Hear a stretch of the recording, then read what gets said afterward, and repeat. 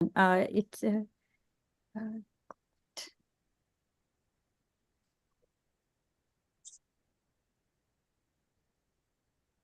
Is she be ready? yes. Yes. It's now live. We are live on YouTube. Okay, thank you. So, on behalf of Vatayan, I welcome all of you today.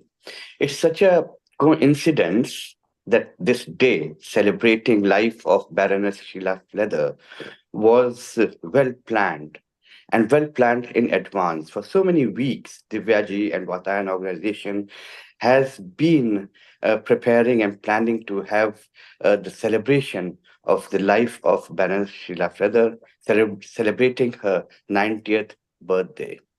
Oh, But, wow. unfortunately, she is not here to share her experiences and memories with us, with her own voice, with her own smile. However, we have some friends and admirers of Baroness Sheila Feather who will be sharing their experiences and memories and celebrating her such an inspirational life. Baroness Sheila Feather was born on 13 February, and today's on 17th this weekend on Vatayan's regular Sanghosthi programs. We had planned this event. However, she expired, she left us on the 6th of February. Divyaji, the founder of Vatayan, has some issues with her throat, so she can't speak and has sent a short message. So I'll just read out on her behalf. I often met Baroness at the Nehru Center, always well dressed in beautiful saris, with a cheeky smile. We admired each other from a distance, but since Monica Kapil Mohta came as our director, she began visiting us often and complimented me on Vatayan's activities.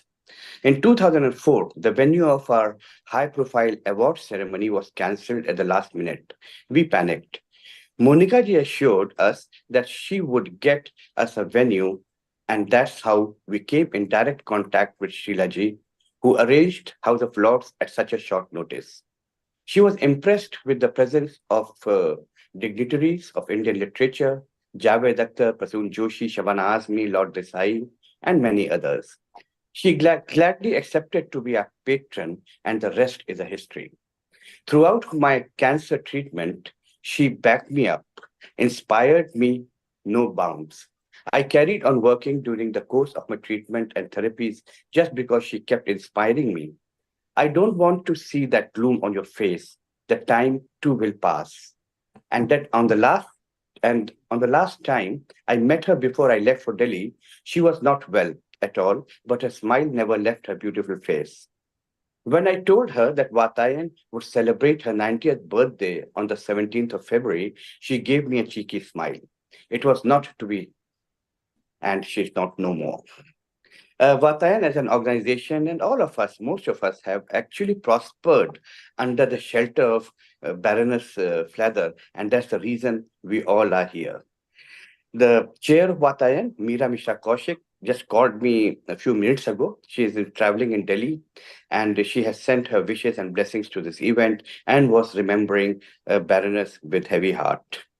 So now, if I may ask Anita Anand to share her memories and experience with Sheila. Anita ji. Thank you very much indeed. So for those of you who don't know me, I'm a journalist here in Britain. And I started out, I think I met Srila some 25 years ago, and it was at a very grand event where Srila always was the empress of such events. I think it was at the Indian High Commission. And I was very young, and it was my first pretend to be a grown-up journalist gig, I think. And I remember I was in a borrowed jacket that was about 3 sizes too big. And I knew nobody, I knew nothing. And I saw this resplendent creature in the most impeccable sari with gold thread in a very beautiful shawl with her amazing coiffured hair. And I thought, she'll never talk to me. She's a bit scary. And she looked at me, and I think she must have seen what an idiot in an ill-fitting jacket. But if anything, Srila was the patron saint of idiots because she loved things that didn't fit. So she was the one who approached me, and she said, why are you here? What are you doing here? And I sort of explained, and that laugh that came, anyone who knew Srila will know what I'm talking about. She laughed with every strand of DNA in her body. It was a massive laugh. And she said, "Oh, darling, well, you're very new to all of this. Let me tell you all the ghastly people in the room." And she set about doing the most exquisite character assassinations of, I think, about 30% of the people who were there. And she made me laugh. And we were both there squawking like excitable geese. And I just thought, you're a friend for life. I'm having you. And that started a friendship which spanned over 25 years now. We would often just ring each other up when we were bored, saying things are really grim. Tell me something funny. She would often do this. Just tell me something funny, and we would talk, laugh about the most absurd things, but also serious things. She cared so much, so deeply about so many things, particularly women's issues, particularly things that affected the Asian diaspora in Great Britain.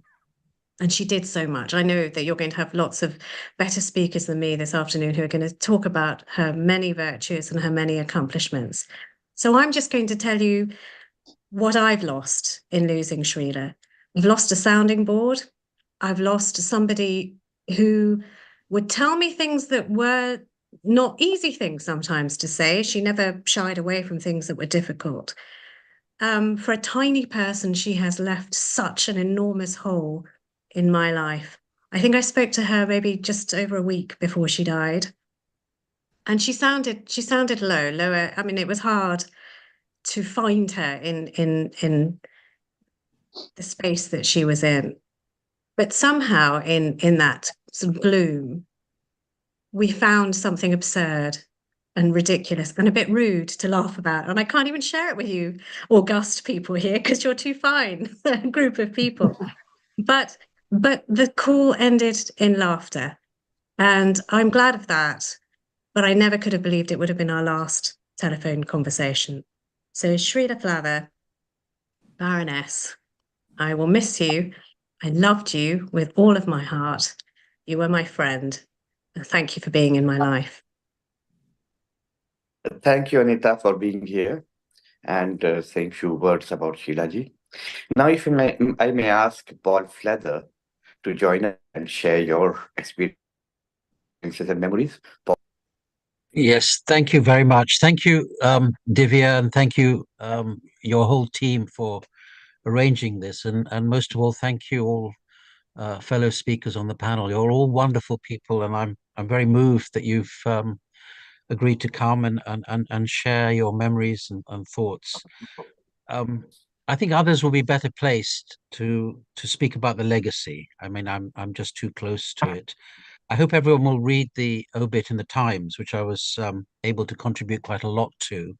I think that's quite a wonderful summary of her life.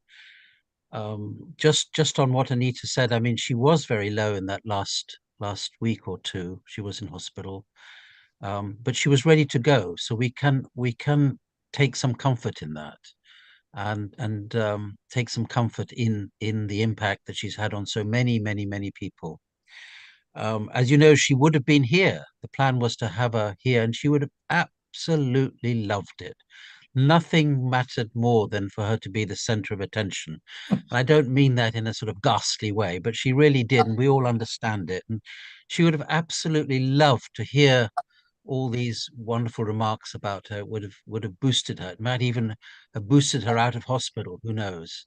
So thank you very much. I thought I would, as I'm her son with a sort of slightly different relationship, I'd speak about her earlier life, and pick out three aspects, if I may. The first thing is her role as a mum, as a mother. And I have to say that she was an incredibly courageous mother. It wasn't usual in the 50s to marry an Englishman.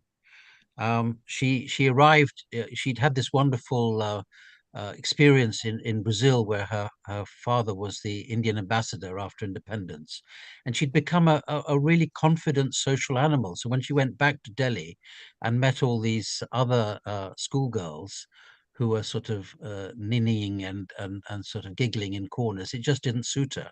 So she took herself off to London to do a law degree, and then fell in love with the rather dashing captain soldier, and married him, much to the chagrin and irritation and defiance of the two families. His family were thoroughly put out with a sort of brown woman, and her family had earmarked her for all kinds of higher echelons, and they were very put out. But she just got on with it, as she says. She was in love. A child emerged, and she got on with it, and I think it's incredibly courageous of her. She went back to Delhi, and then she came back to England in '63 as a single mum with two sons, and we lived in a bedsit in Earl's Court. And again, she just got on with it. I mean, I went shopping in Earl's Court, age 7 or 8. I mean, you couldn't allow that now. But what was wonderful is she taught us lots of things. So we had to clean. We had to do an hour of cleaning and washing up and tidying up around the house. And she taught me wonderful things like crocheting. Can you believe it? Oh, wow. Ironing, knitting. I mean, some of these skills I confess I've forgotten, but they were there. You know, we were tested. We had to produce little squares and items. I'm just always grateful for her, because she braved it through. And when she remarried, of course, things got easier, and we moved to Maidenhead and Windsor. But that was it was a tough early life, and she was courageous. The second thing I wanted to say was I call her social activism. Look, you know, she didn't set out to be a politician. She taught in the local schools, and she found that a lot of the kids she taught were just completely illiterate. I mean, they'd come from places like Ludhiana on bullock carts and got on the plane, and they arrived, and they I mean, you know, they were sort of illiterate even in their natural Indian languages and Punjabi and so on. So it was a tough gig. And if you want to improve, and she was dedicated to improving these kids' lives, if you want to do it, you have to make alliances with the parents. So she started visiting the homes and encouraging them to speed up on the learning front. And then she found that a lot of these wives and mums were never getting out. They were never leaving the homes, partly because they couldn't speak English, partly because they were shy, but largely because their husbands were very controlling. So she set up this Thursday club.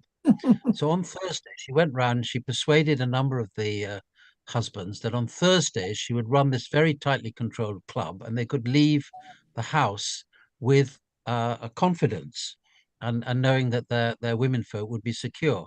In the club, they had tea parties, and they laughed and joked, and as people have remarked, she had this wonderful sense of humor.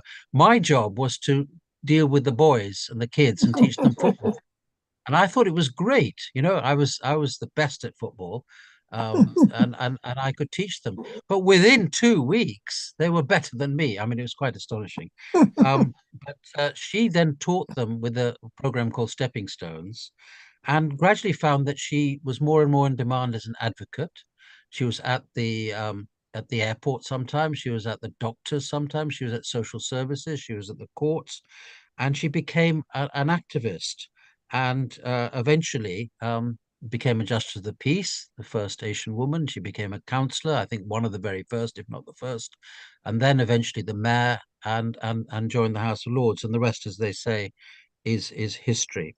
But she didn't set out on that path. It came to her. What she did was to respond in a beautiful, natural, human way to local needs, and actually helping people who needed help. So that's wonderful.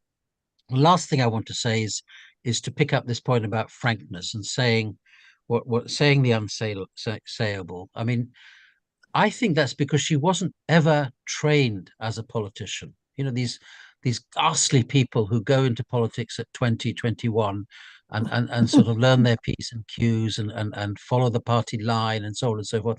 That wasn't Srila, as Anita hinted.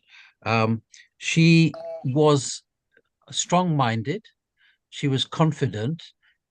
She loved a joke, and she saw that she loved Britain, and she loved the fairness and openness of our society. And so she she wanted to defend that, and if she saw it being challenged from whichever direction, she would just pick on that and speak her mind. I always feel that she could sit on that fence. She could see the host country and she could see the incoming new migrants, and she could join them up.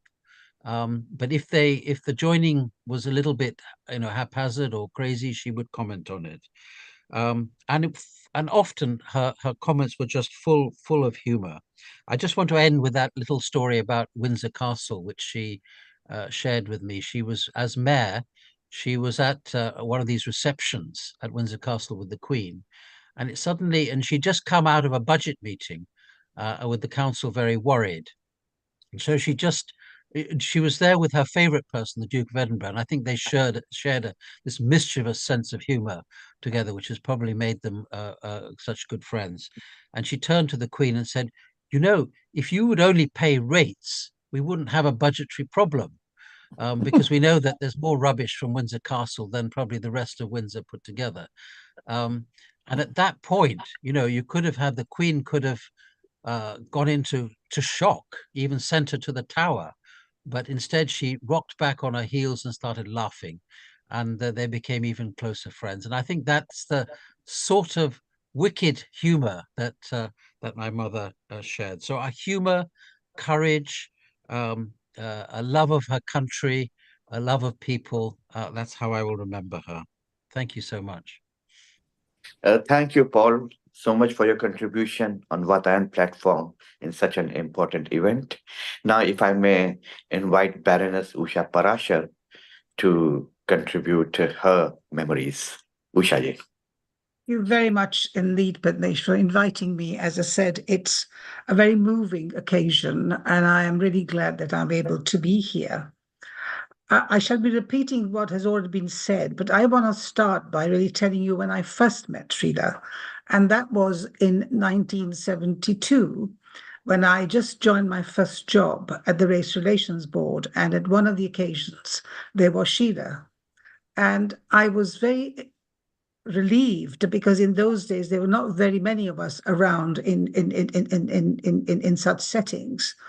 And my first impression of Sheila was there was this very confident, graceful, elegant, accomplished person, but who was incredibly warm and friendly, and of course, with a very distinctive laugh. Now, having her around was a real source of confidence for me, that there was someone like her in a sari, very confident. So that kind of was a good start in terms of my career, to have someone like her around in the kind of circles that I was stepping into in the early years of my 20s. As everybody said, Sheila is a trailblazer. She has this indomitable personality. She was a force of nature who moved very gracefully across cultures with great deal of ease. And she was not only a unique person, but her achievements were unique. As we heard, she was the first councillor, JP, mayor of the Windsor and Maidenhead, and of course, the first person of Indian origin to be in the House of Lords. And of course, there are many other achievements too. So when I joined the House of Lords, now almost 25 years ago, Sheila was very welcoming. And the first remark was looking at me, because by this time I had put on weight when she first met me. She said, "Gosh, Usha, you were a slip of a girl, and look at you now." So that's the way she kind of welcomed me. But her contributions to the House of Lords, I think, were authentic. She spoke from the heart and was fearless and treaded where others feared to tread. And may that be about political correctness, Sharia law, assisted dying, religion, women, and development.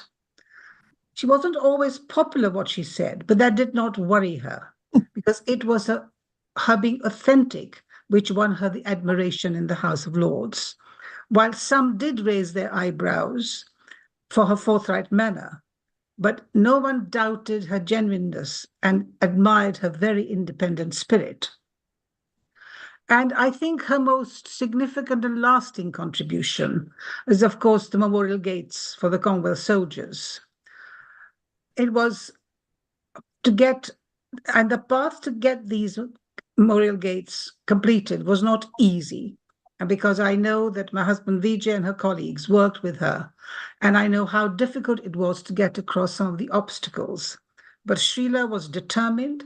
She built alliances, fought authorities, and with sheer determination and with the help of friends, she got it done. And now it is a permanent reminder of the contribution the Commonwealth soldiers made during the war. And it's a constant reminder of what Sheila has left behind for us. And that is a true and meaningful legacy, because that memorial is a reminder, and it's something goes back to early days of teaching, as Paul said. Young children will remember the contribution made.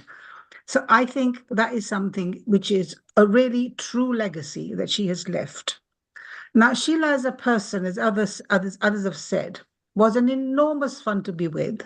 She was very good company, very mischievous, all with a twinkle in her eye, but very young at heart, with a real sense of adventure.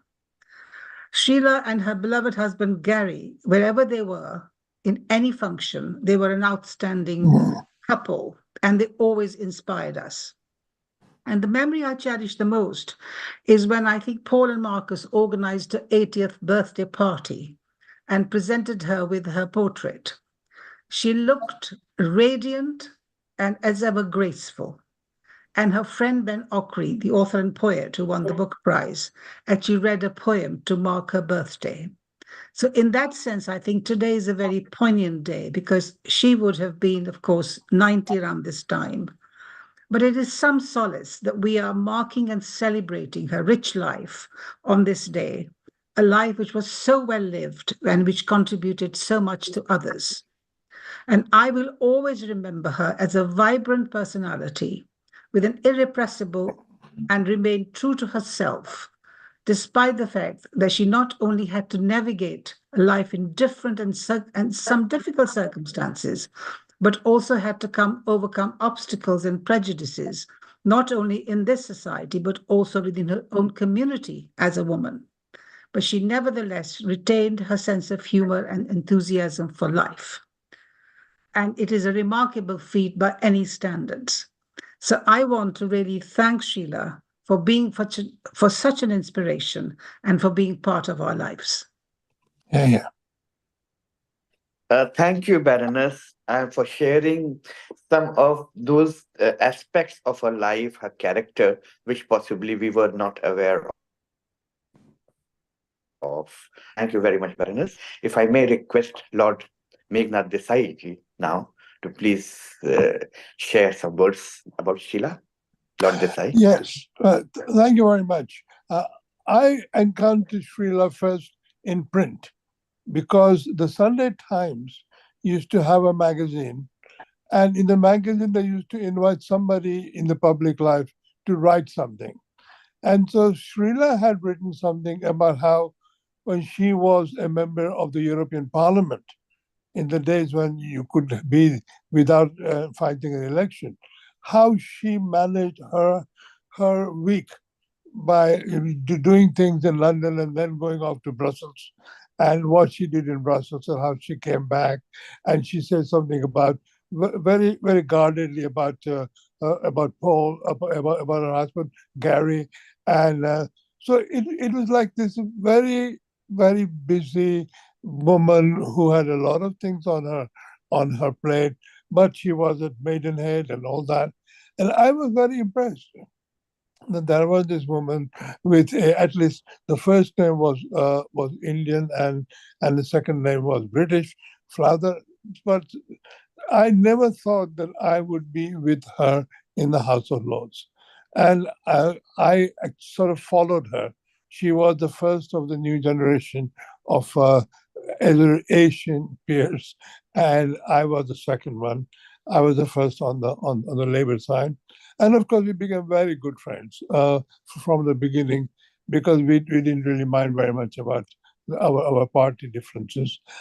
And as what everybody else has said, she had this lovely laughter. She spoke very well, and whenever she spoke, she was heard.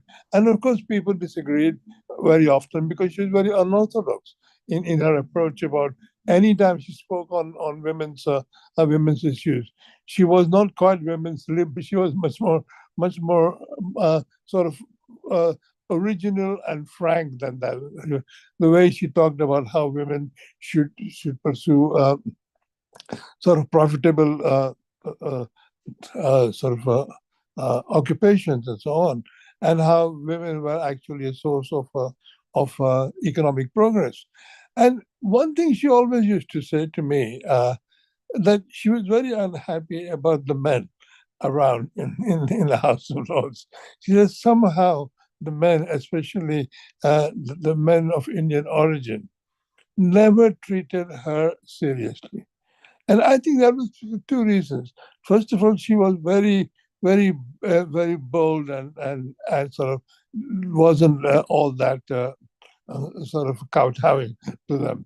And secondly, I think they somehow found her too bright or too intelligent or whatever it is, and they could not sort of cope with her.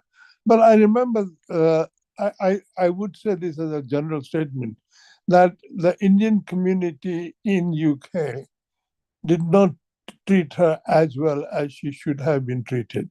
She was the senior person in the House of Lords on behalf of the Indian community.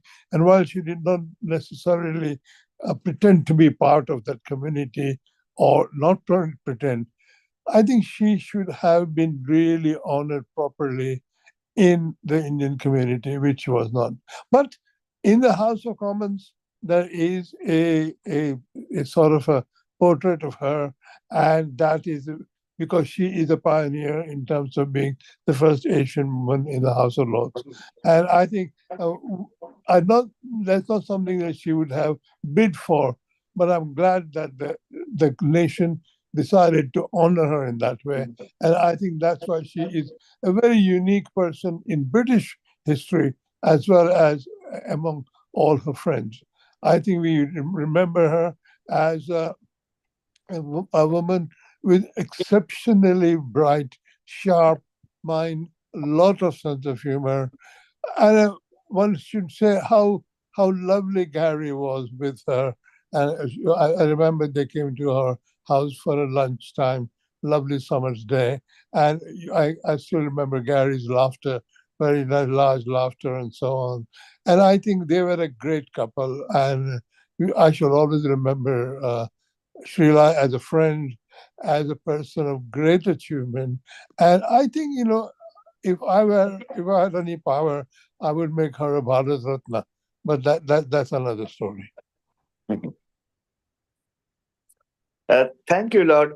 I would just like to add that, I think she was very popular and well respected amongst the common Indian people, and the way she connected to all of us and Absolutely. organizations like Vatayan, whether organization is big or small, she would take out time, she would contribute, she would help. So this personality made her very popular amongst the Indeed. not even Indian, I would say Asian community and everyone Absolutely. in the heart of common people. Yeah. Thank you so much, Lord, and thank you everyone. Divyaji, is there anyone else? You are mute. Divyaji, mute. No. Virenji, I don't know what. No, I can't see Virenji, I can't see Lord Parekh, and I can't see Monica. Yeah.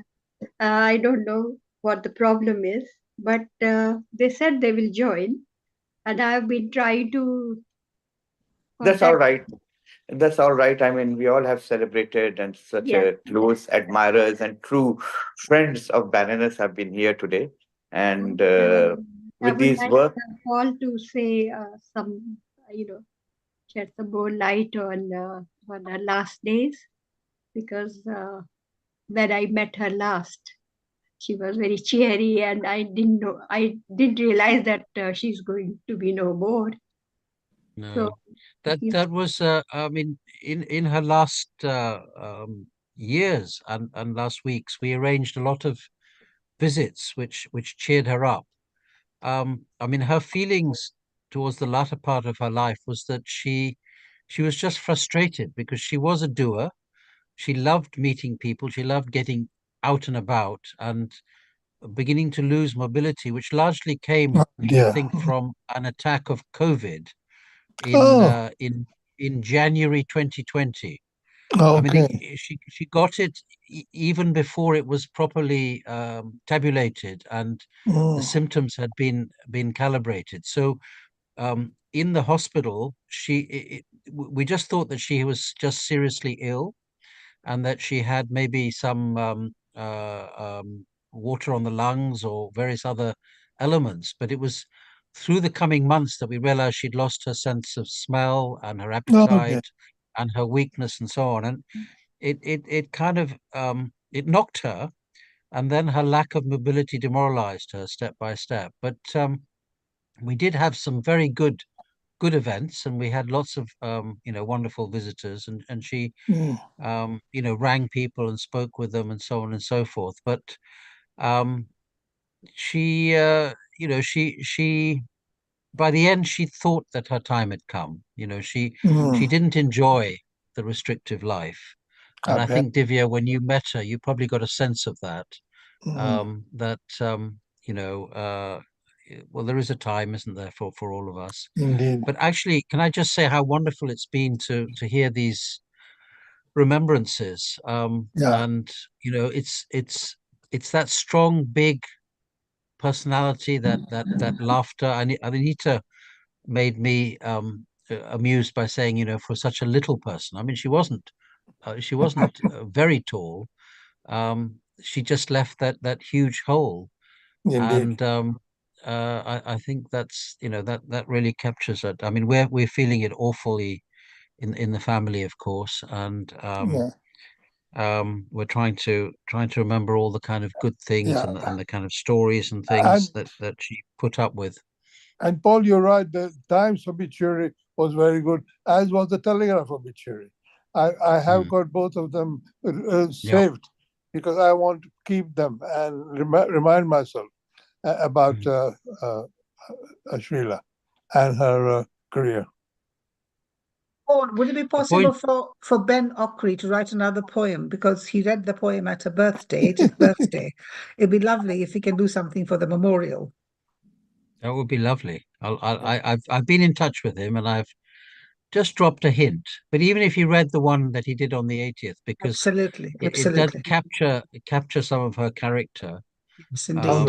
and it's wonderful. And we're going to do something quite special on the 11th of March, which is the Okay. next Memorial Gates ceremony, Okay. Conworth where Day, we'll yes. remember her a little bit. We'll try and So focus a little bit more on her contribution and memory. And if anyone who's tuning in or is watching this hasn't been to the gates, do go. There's a little pagoda there, which is a sort of place where you can have a moment of reflection, and you yeah, can remember the contributions indeed. of all the soldiers from the Indian subcontinent, Africa, and the Caribbean, and indeed the Sure. Pacific, who fought in the two world wars and did so much. And it just reminds us that it's the whole of our community that was involved in Mm, saving Britain. indeed. And you can feel connected to your ancestors and feel welcome and feel part of this country, which is part of the belonging story, which I think Srila represented and lived and fought for and and, Absolutely. and defended. Yeah. But I think at this point in time, it's also a reminder that it is the whole of the community that fought in the Commonwealth. It's not Indeed. segmentation.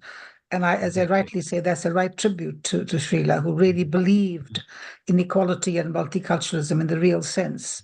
I Absolutely. remember distinctly the speech she made on that. It was very powerful. Mm, Yeah. indeed. A unique person.